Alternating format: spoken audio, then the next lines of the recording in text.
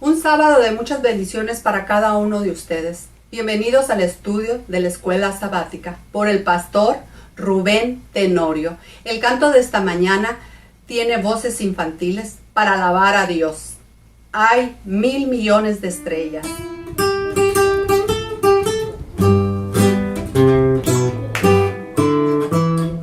Hay 1,000 millones de estrellas en esta noche que ahora negra ves. En el desierto un oasis te espera, aunque solo arena veas junto a ti. Sigue a cantar, besa a tu hermano que en tinieblas está. Extiende tu mano y ve junto a él y explícale después, porque hay 1,000 millones de estrellas en esta noche que ahora negra ves. En el desierto un oasis te espera, aunque solo arena veas junto a ti.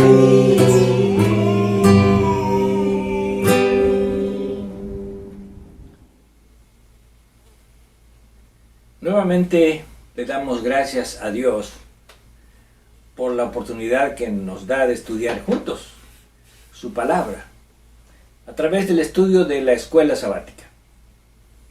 Y hoy hablaremos sobre cómo vernos a nosotros mismos y cómo ver a otras personas a través de los lentes, a través de los ojos de Jesús. Algunas veces tenemos problemas para vernos a nosotros mismos tal y como Jesús quiere que nos veamos. Otras veces tenemos problemas para ver a otras personas tal y como Jesús quiere que nosotros las veamos. La vida del ser humano es una vida compleja. Generalmente nuestra vida está formada de nuestras experiencias. Y podemos decir que nuestras experiencias se pueden poner en 3 tiempos. El tiempo pasado, el tiempo presente y el tiempo futuro. Algunas personas viven bajo la sombra del pasado. Otras personas viven bajo la sombra y la incertidumbre del futuro. Ahora, Dios quiere que nosotros aprendamos a ver correctamente el tiempo de nuestra vida en las diferentes épocas, en los diferentes tiempos, sea pasado, sea presente o sea futuro. Sin embargo, a veces la vida ha sido cruel con algunos seres humanos. Y de allí que hay personas, o habemos personas, a quienes nos resulta muy difícil borrar el pasado en nuestras vidas. Nos resulta muy difícil abandonar, salir del pasado.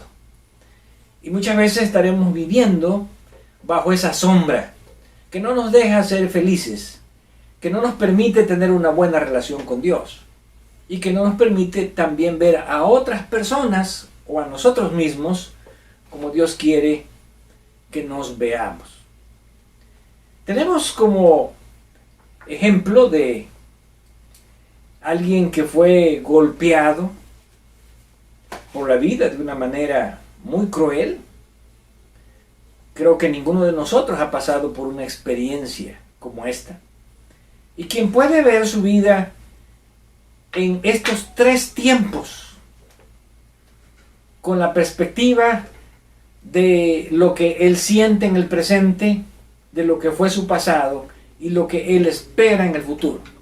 Y creo que este es el mejor ejemplo para quienes hemos sufrido, quienes arrastramos un pesado de tristezas, de penas, o quienes todavía vivimos bajo la incertidumbre de qué va a ser de nuestra vida en el futuro. Y vamos a leer a este personaje en el libro de Job. Primeramente vamos a ir al capítulo 29 del libro de Job. Y en este capítulo 29, desde el versículo 1, Job recuerda lo que fue su pasado. Y podemos decir, tal vez, él desea ahora que su pasado nunca se hubiese terminado. Lo expresa de la siguiente manera. Volvió Job a reanudar su discurso y dijo: ¿quién me volviese como en los meses pasados?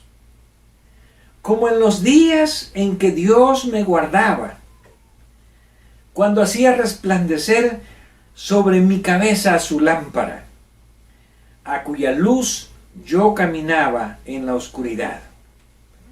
Como fui en los días de mi juventud, cuando el favor de Dios velaba sobre mi tienda, cuando aún estaba conmigo el Omnipotente y mis hijos alrededor de mí. Versículo 11. Los oídos que me oían me llamaban bienaventurado, y los ojos que me veían me daban testimonio. Quien ha vivido un pasado como este, sin duda tiene suficientes razones para añorarlo, para extrañarlo, para querer regresar al pasado. Pero desgraciadamente, ahora Job ya no estaba rodeado de sus hijos. Todos sus hijos estaban sepultados y ahora se encontraba solo, sin el apoyo inclusive de su esposa. Ahora, cuando la vida nos golpea de esa manera, es muy difícil mantener esa confianza, esa fe, esa certidumbre de que Dios está con nosotros. Y tal vez nuestro presente no sea la mejor experiencia que estamos viviendo en estos momentos. Y algunos desearíamos regresar a los tiempos pasados. Por eso, cuando vamos al mismo libro de Job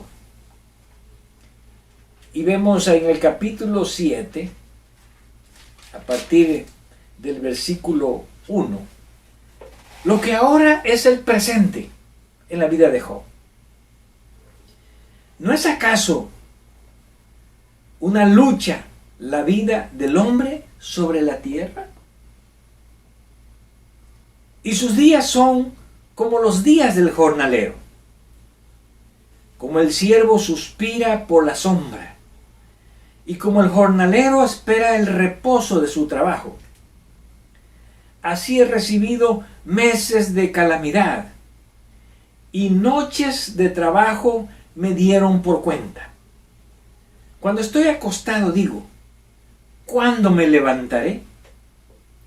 Mas la noche es larga y estoy lleno de pesadillas hasta el alba, hasta el amanecer. Mi carne está vestida de gusanos y de costras de polvo. Mi piel está hendida y abominable, hedionda. Y mis días fueron más veloces que la lanzadera del tejedor, y fenecieron sin esperanza. Por tanto, dice el versículo 11, no refrenaré mi boca, hablaré en la angustia de mi espíritu, y me quejaré con la amargura de mi alma. Quien está viviendo una experiencia como esta, podemos decir que está viviendo un presente de mucha angustia. Está viviendo un presente de sinsabores, donde tal vez siente que la vida no tiene sentido, siente que las cosas no son placenteras. Como Job declara en este pasaje, cuando llega la noche estoy pensando que cuándo va a amanecer. Y en la noche estoy lleno de pesadillas hasta que amanece. Cuando llega el día, estoy pensando cuándo se va a terminar el día. Y espero el alivio, el consuelo de mi situación, así como un jornalero que trabaja bajo el sol arduo, espera que su trabajo termine.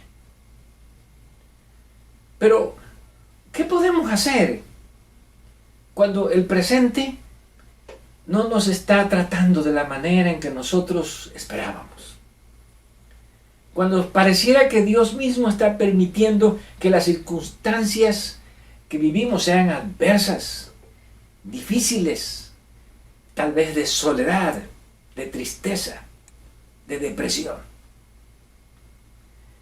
Lo interesante de esta experiencia de este hombre es que en medio de esa circunstancia en que él se ve a sí mismo, él puede dirigir su mirada hacia el porvenir.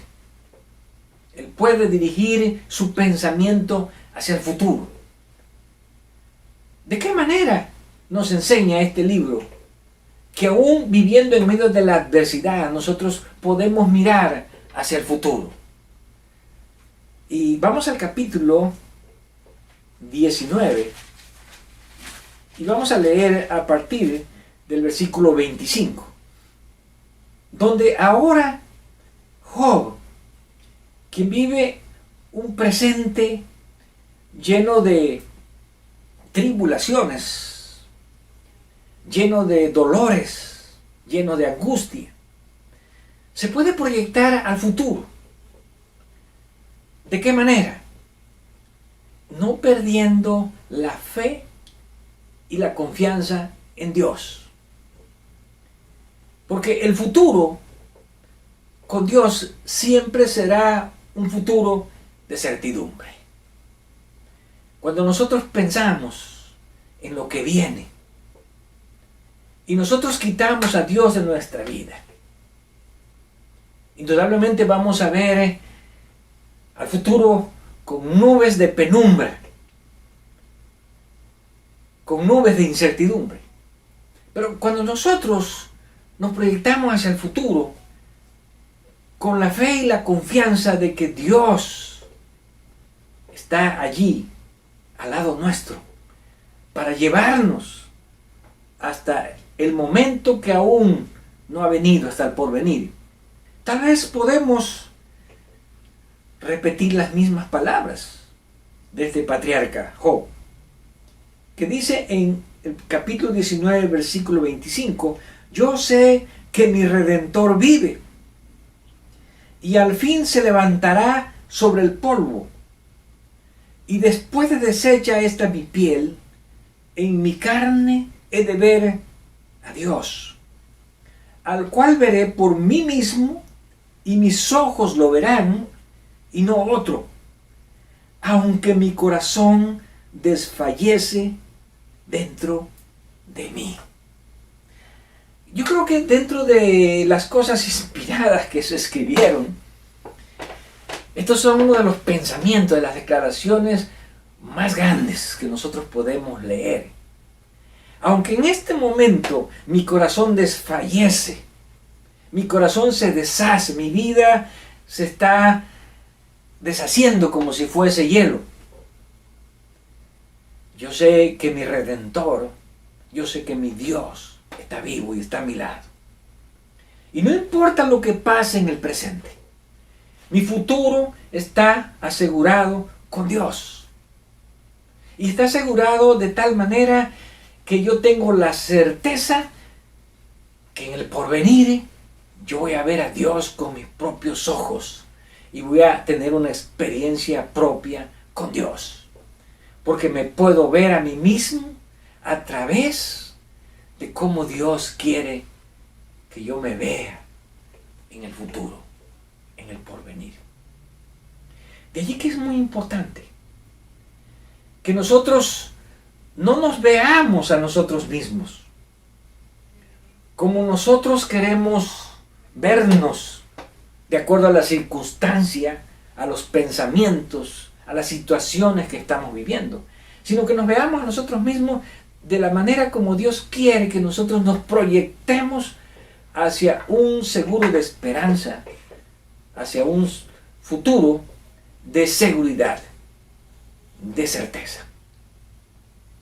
Y por eso cuando nosotros pensamos en el futuro, y cuando nosotros pensamos en la forma en que Dios quiere, que Jesús quiere que nos veamos a nosotros mismos, tenemos que vernos con mucha fe, con mucha confianza en Dios. Yo tengo que verme a mí mismo con mucha fe, con mucha confianza en Dios, para que mi futuro, mi porvenir, pueda estar lleno de certidumbre y de esperanza.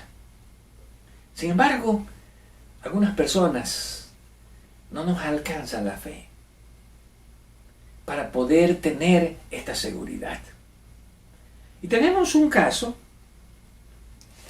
allí en en el Evangelio de Marcos, acerca de un hombre que estaba ciego. Un hombre que había tenido una experiencia en su vida de ceguera. Y un día, dice el pasaje, en el capítulo 8, versículo 22, que se lo trajeron a Jesús y le rogaron que le tocase. Aquí tenemos la primera situación. Este hombre, no sabemos si porque era ciego, o no sabemos si porque no tenía suficiente iniciativa de fe. Porque algunos ciegos le gritaban a Jesús, le gritaron a Jesús, aunque estaban ciegos, cuando supieron qué pasaba. Pero a este hombre lo trajeron, quiere decir que otros lo ayudaron, quiere decir que otros le estaban sirviendo de puntal para su fe. Y le pidieron a Jesús que lo sanara de su ceguera. Ahora, muchas veces nosotros encontramos en los evangelios que el poder de Dios es en relación a la fe que nosotros tenemos. El poder de Dios obra en relación a nuestra fe.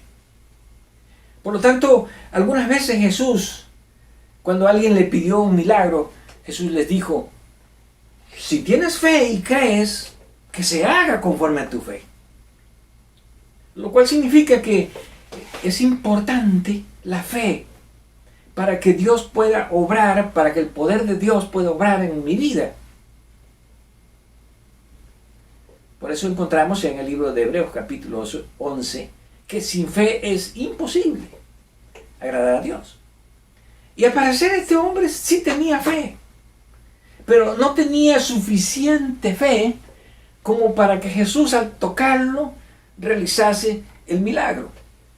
Y este es uno de los casos extraños donde vemos que el poder de Jesús no realiza la curación que debió haber realizado al primer toque de sanidad. Y dice el versículo 23, entonces tomando la mano del ciego, le sacó fuera de la aldea y escupiendo en sus ojos, le puso las manos encima y le preguntó si veía algo. Jesús ya había curado a algunos hombres ciegos con este método. Recordemos al hombre que fue y se lavó, al ciego que se lavó en el estanque de Betesda, a quien Jesús le puso barro y le dijo, vete hasta el estanque de Betesda y lávate. Ese hombre tenía mucha fe porque tan pronto fue y se lavó, su vista le fue restaurada. Pero aquí vemos que Jesús le pregunta si ve algo porque Jesús conocía que este hombre no tenía suficiente fe. Y entonces el hombre contesta, veo los hombres, como árboles, pero los veo que andan. Quiere decir que este hombre no podía distinguir bien las figuras. Sabía que eran hombres, pero su vista no había sido restaurada totalmente porque Jesús quería enseñarle una lección de fe a este hombre. Y aunque este hombre no tenía la suficiente fe, con este acto del primer toque incompleto de sanidad, Jesús estaba reforzando la fe de este hombre. Jesús estaba alimentando la fe de este hombre. Y cuando este hombre se dio cuenta que su vista casi era restaurada, él reconoció que tenía que aumentar su fe para que su vista le fuese totalmente restaurada. Y entonces viene la segunda parte. Versículo 25. Luego le puso otra vez las manos sobre los ojos y le hizo que mirase. Y fue restablecido y vio de lejos y claramente a todos. Aquí podemos ver cómo la fe completa el milagro. Tal vez a nosotros muchas veces nos pasa lo mismo que a este hombre. Hay cosas que Dios quiere obrar en nuestra vida, pero que nuestra fe es muy corta, de tal manera que los milagros de Dios se realizan a medias. Las bendiciones de Dios vienen a medias. Pero Dios lo que desea es que nosotros aumentamos nuestra fe y que nos veamos a nosotros mismos con esa fe que Dios quiere que nosotros tengamos.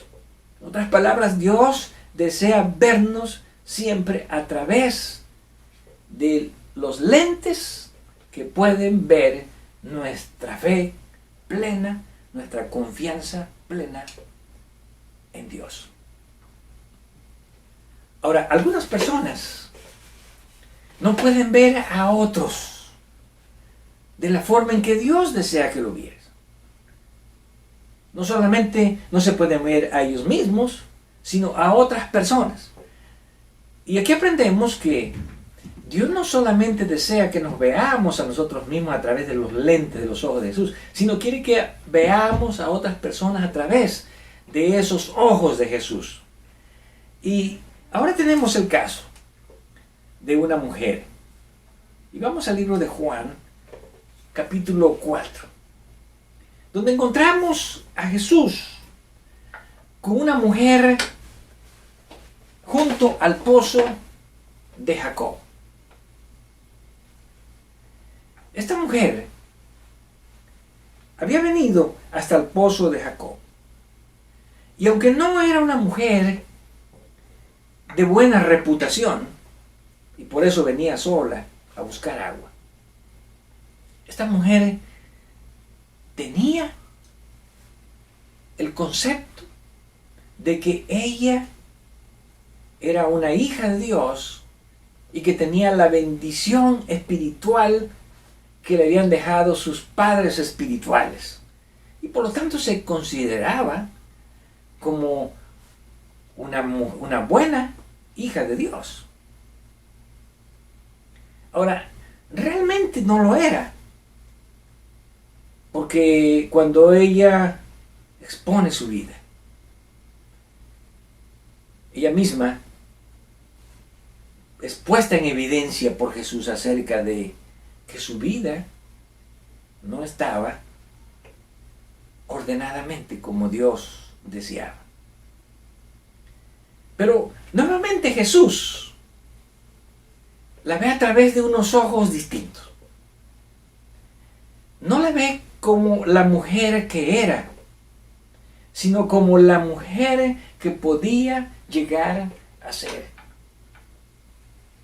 Y encontramos aquí que la primera declaración que hace esta mujer en un sentido espiritual está en el versículo 12, Juan 4:12. ¿Acaso eres tú mayor que nuestro padre Jacob, que nos dio este pozo, del cual bebieron él, sus hijos y sus ganados? Así que, aunque era una mujer samaritana, ella se consideraba una hija de Jacob.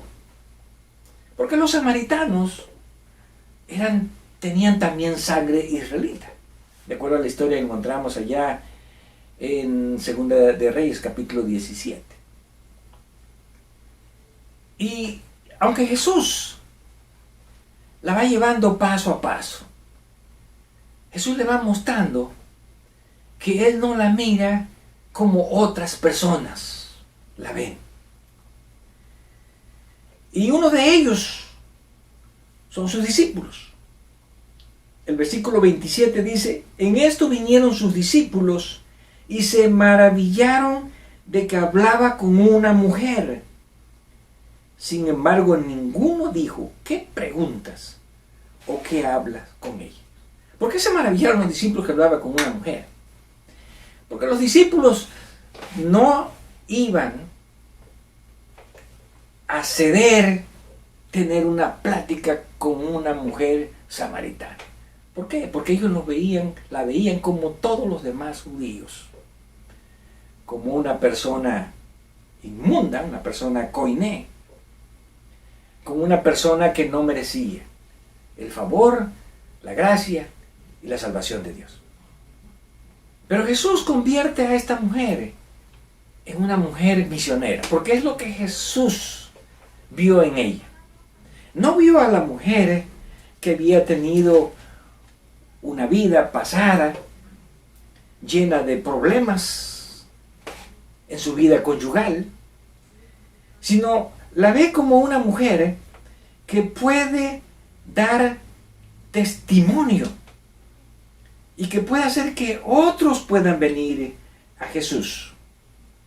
Y dice el versículo 39, y muchos de los samaritanos de aquella ciudad creyeron en él por la palabra de la mujer, que daba testimonio diciendo: me dijo todo lo que he hecho. ¿Cómo la actitud de una persona puede cambiar la vida de otras personas? Si Jesús hubiese actuado como sus discípulos, si Jesús hubiese visto a esta mujer como lo que él sabía que era, esta mujer nunca habría conocido el verdadero amor de Dios y nunca hubiese conocido al verdadero Mesías. Pero Jesús vio a esta mujer no por lo que era, sino por lo que ella podía hacer. Y por haberla visto de esa manera, por mostrarle con su actitud que la veía de esa manera, esta mujer se convirtió en, podemos decir, la mujer misionera más importante de la región de Samaria. Ahora, a veces tenemos que tratar con personas difíciles. Y muchas veces cuando tratamos con personas difíciles, problemáticas, no es fácil verlas con esos lentes de Jesús como aquellos que pueden llegar a ser lo que Dios ve en ellos, sino lo que nosotros vemos en ellos. Cuando Jesús escogió a sus discípulos, y vamos nuevamente al libro de Marcos, capítulo 3. Jesús no escogió a discípulos que eran o que tenían las mejores cualidades de carácter y misioneras para poder servirle en la obra que él estaba realizando. Vemos que entre esos discípulos, aquí aparecen en Marcos capítulo 3, 16, Simón, a quien le puso por sobrenombre Pedro. Recordamos que el cambio de nombre de Simón a Petros tenía que ver con el temperamento voluble de Pedro.